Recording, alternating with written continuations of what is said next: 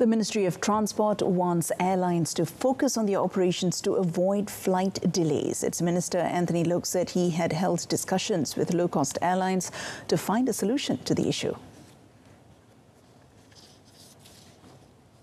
Memang saya tahu bahawa isu delay itu menjadi rungkutan orang ramai. Dia disebabkan pelbagai faktor teknikal, faktor cuaca dan sebagainya. Tetapi saya telah pun meminta supaya syarikat-syarikat penerbangan memberikan fokus kepada isu-isu operasi supaya kita mengatasi isu-isu operasi ini, merendahkan ataupun mengurangkan kelewatan-kelewatan penerbangan ini. Loke said this after attending the launching ceremony of Air Asia's special edition flights in conjunction with Chinese New Year at the Kuala Lumpur International Airport, KLIA, in Sepang last night. Air Asia previously announced 52 additional flights at fixed low fares to 6 destinations in Sabah and Sarawak from 17th to 30th January in conjunction with the festive season. 20 selected passport-issuing immigration officers will operate on Saturdays and Sundays from 28th January. Home Minister Datuk Sri Saifuddin Nasution Ismail said these offices will be open from 8 a.m. to 12:30 p.m. to address congestion due to the increasing number of applications and renewals of the Malaysian international passport.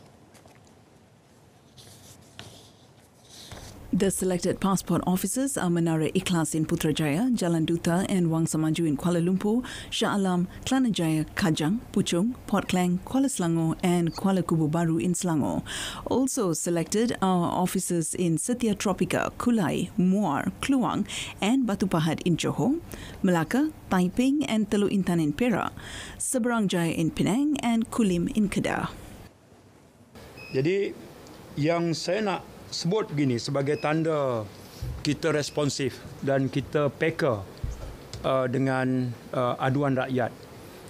Kita tak pernah ada denial syndrome macam saya sebutkan. Lalu apa langkah kita untuk memastikan kita dapat membantu mengurangkan kesesakan? Yang pertama, Datuk Sri Saifuddin also announced the extension of the operating hours of the immigration officers at the Urban Transformation Centre, UTC, to 7 p.m. on weekdays and 5 p.m. on Saturdays and Sundays, except in Johor, Kedah, Kelantan and Terengganu, which are open on Fridays and Saturdays. The Minister said the reopening of national borders on 1st April last year saw a 25% increase in the issuance of passports, meaning 2.58 million passports were issued compared to 2.01 million in 2019.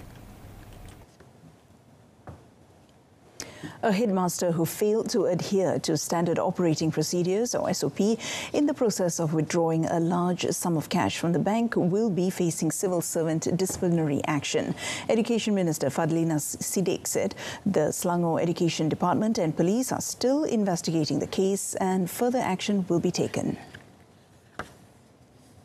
Pelanggaran tata tertib penjawat awam lah. Jadi kita akan rujuk pada yang tu dan kita pulangkan pada JPN untuk tindakan selanjutnya. On 16th January, police received a report that a 50-year-old headmaster was burgled after withdrawing cash for school session aid worth 109,000 ringgit. Fadlina explained that the headmaster had violated the stipulated SOP, in which no escort was travelling with the headmaster during the withdrawal. The SOP states that in cash withdrawal for school funds, an escort is required, be it from one of the teachers of the school or a member of the police force.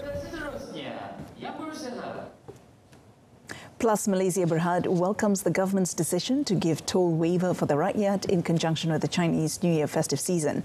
Prime Minister Datuk Sri Anwar Ibrahim on Wednesday announced the waiving of toll charges, which will be in effect on 20th and 21st January. In a statement, Plus Chief Operating Officer Datuk Zakaria Ahmad Zabidi took the opportunity to advise the public to plan their journey, as it may take longer to reach their hometowns on the dates specified. To manage the surge in traffic, Plus is committed to take appropriate measures to aid highway users throughout the festive season. For the toll-free implementation, users are still required to tap their touch-and-go cards or smart tags at toll booths when entering and exiting the highway.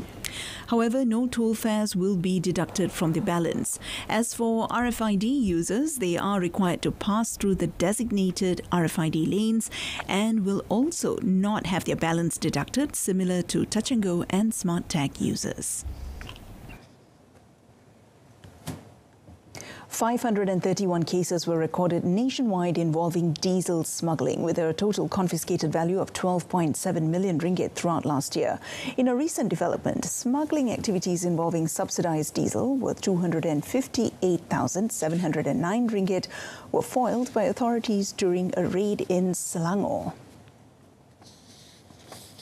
According to KPDN Operations Deputy Director General Samsul Nizam Khalil, the operation involved a premise in Cheras which was believed to have been involved with the fuel smuggling activities for the past year.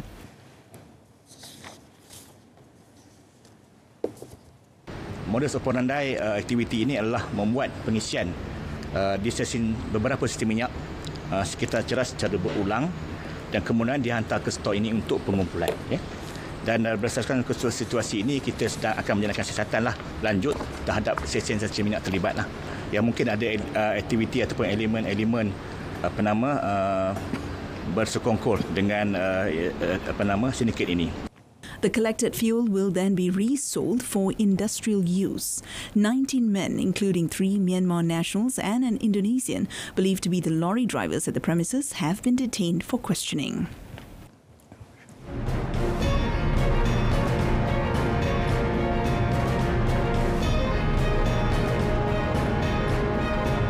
Ukraine receives military enforcement. That and more coming up in the foreign segment.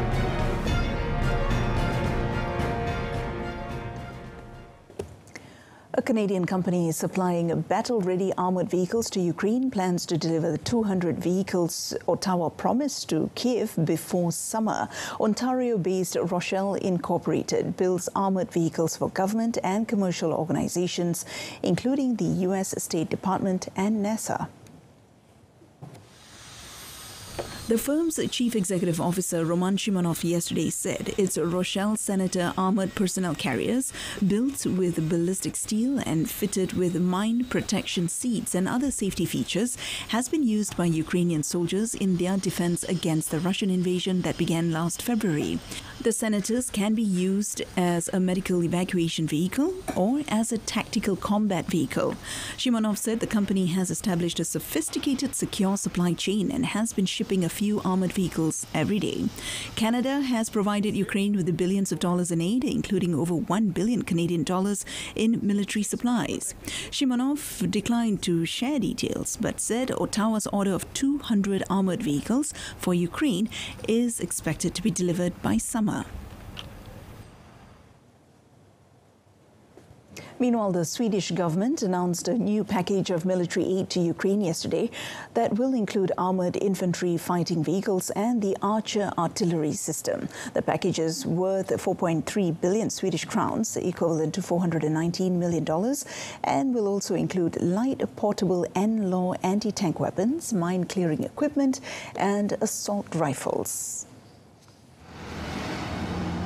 Sweden will send about 50 of its tracked and armoured Type 90 infantry fighting vehicles. It can be used to transport up to 8 infantry soldiers and is equipped with a 40mm automatic cannon. The government did not specify how many Archer systems it would supply. Sweden has 48 Archer systems, which is a vehicle-mounted self-propelled gun howitzer made by Bofors BAE that Ukraine has long expressed an interest in adding to its arsenal as it seeks to repel Russian forces. Ahead of the package presented yesterday, Sweden had announced around 5 billion Swedish crowns of military aid to Ukraine, as well as several installments of humanitarian supplies. Leaders of France and Spain yesterday said U.S. efforts to boost green technology should not lead to the dismantling of Europe's industry. Now, the statement was made after the signing of a new bilateral treaty in Barcelona, calling on both countries to support the adoption measures to protect European companies against economic coercion and unfair practices. Similar French-German treaty. The sides also agreed to work together for a stronger European defence of its borders and interests, while stressing it would go hand in hand with NATO membership. French workers went on strike and joined marches across the country yesterday, halting trains and cutting electricity production in protest against government plans to raise the retirement age by 2 years to 64. The stoppages are a major test for President Emmanuel, pushing back the retirement age by 2 years and extending the pay-in period would bring an additional 17.7 billion euros, equivalent to $19.1 billion in annual pension contribution, transform opposition to the reform and anger over a cost of living crisis into a mass social protest, which could eventually force the government to change track. Union leaders expected to announce more strikes and protests in the evening said yesterday was just the beginning. At least one person died Wednesday in the Peruvian department of Puno after new scuffles between anti-government protesters and the police. The clashes started when protesters threw rocks at the police and they responded with tear gas canisters and gunshots. During the conflict, at least one 30-year-old woman died, one person severely wounded, and fires were set to the Justice Department's building and a police station in the city of Macusain in the southern department of Puno. The unrest persisted yesterday with road blockages. Quarrels with the police also took place in the central city of Huancavelica, where the police used tear gas canisters to disperse a protest. The clashes mark the worst violence Peru has seen in over 20 years, as many people in the poorer rural regions vent anger at the Lima political elite over inequality and rising prices, testing the copper-rich Andean nation's democratic institutions. Protesters are demanding the resignation of President Dina Boluarte, fast new elections, a clear out of Congress and a new constitution to replace a market-friendly one dating back to strongman leader Alberto Fujimori in the 1990s.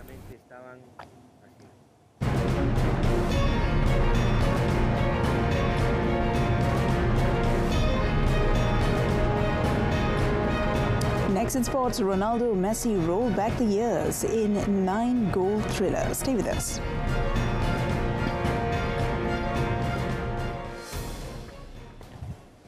Cristiano Ronaldo and Lionel Messi transported fans back in time to the heyday of their storied rivalry as both forwards got on the score sheet in an exhibition match on Thursday before Hugo Ekitike earned 10-man PSG a 5-4 win over the Riyadh seasoned team.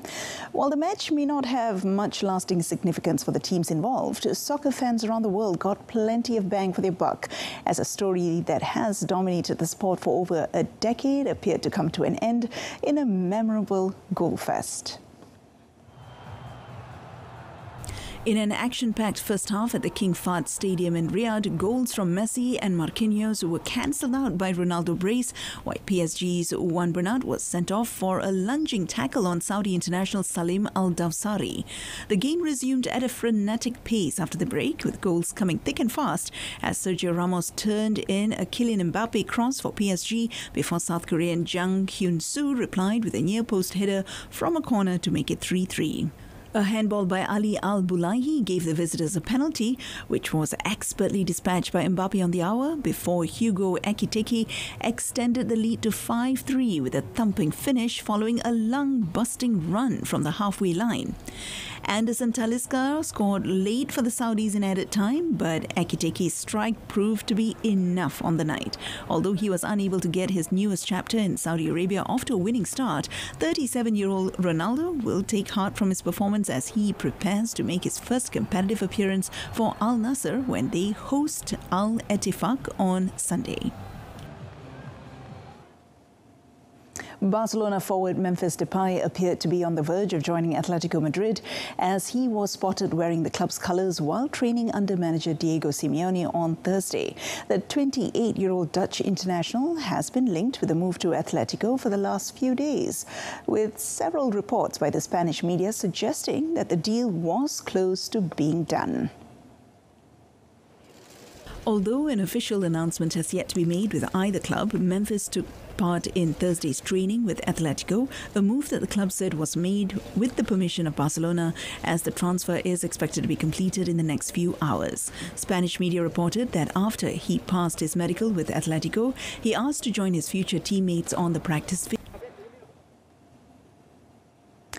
Bayern Munich have signed Switzerland goalkeeper Jan Sommer from Borussia Mönchengladbach to replace injured Manuel Neuer. The 34-year-old Swiss signed a contract to 2025, ending a weeks-long frantic search by Bayern for a goalkeeper following Neuer's injury. German media said Bayern paid Gladbach a transfer fee of around 8 million euros. Germany keeper Neuer broke a leg during a skiing holiday in December and underwent surgery, ruling him out for the rest of the season. The 34-year-old Sommer, who helped Switzerland pass the group stage in last month's World Cup, has been at Gladbach since 2014 and has played in the Champions League with both Basel and Gladbach. Sommer, in a statement, said he looks forward to his tasks at Bayern Munich, a big club with a lot of power, and expressed pride at the opportunity to be a part of Bayern Munich. He could be thrown straight into action with Bayern facing RB Leipzig on the season restart on Friday.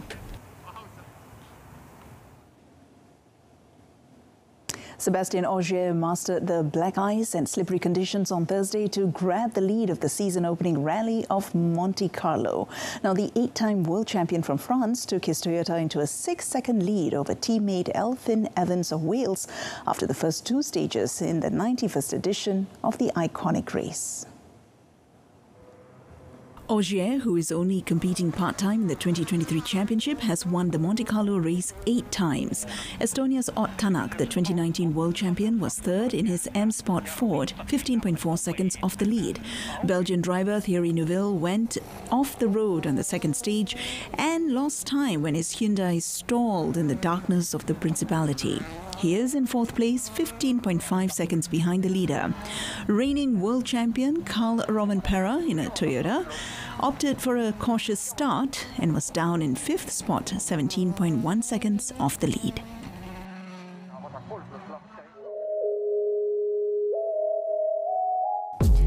Why do we tell you stories? Relevant, New, efficient, accurate. reliable. We bring you extraordinary stories from around the world, from politicians, bankers, and even your favorite celebrities. This and many more on RTM's English News.